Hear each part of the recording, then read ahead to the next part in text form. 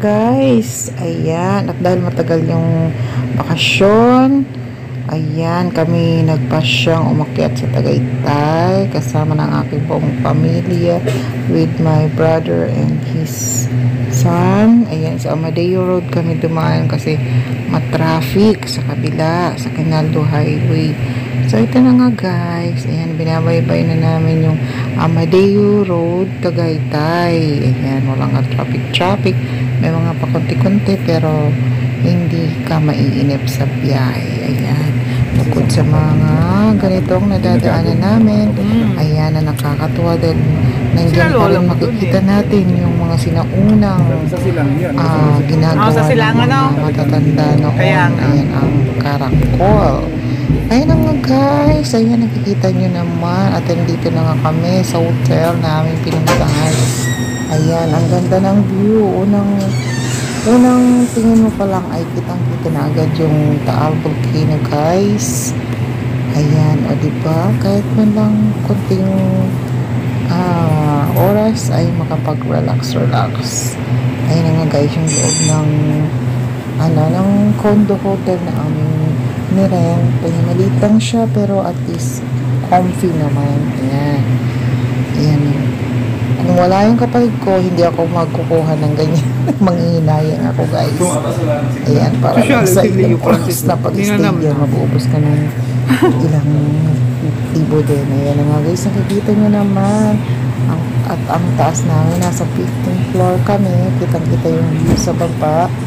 Yung Tagaytay Road, and then ayan na yung talagang view dito sa Tagaytay.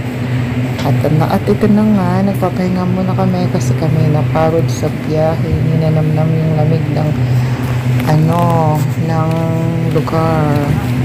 Ayan na, excited na kami magsiliko. Napagod naman ako doon sa swimming pool. Wala, sa atin lang talaga walang terrace. Kaganda yung view.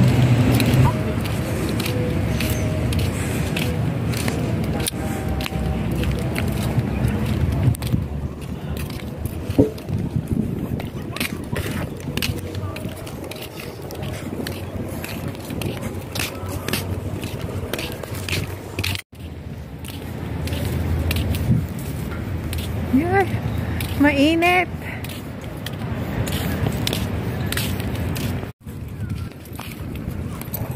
Wala pang naliligo.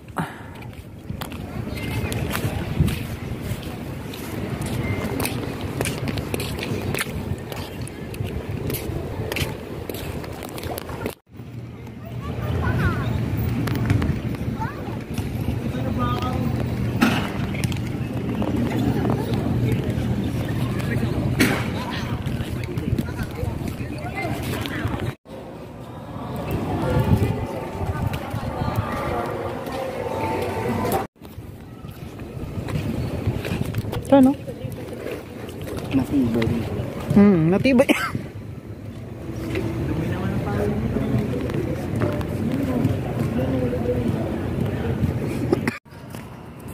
Excited na hindi makaligo. kasi dito kahit dito maglakad-lakad yung mga nakakwaro. Oo.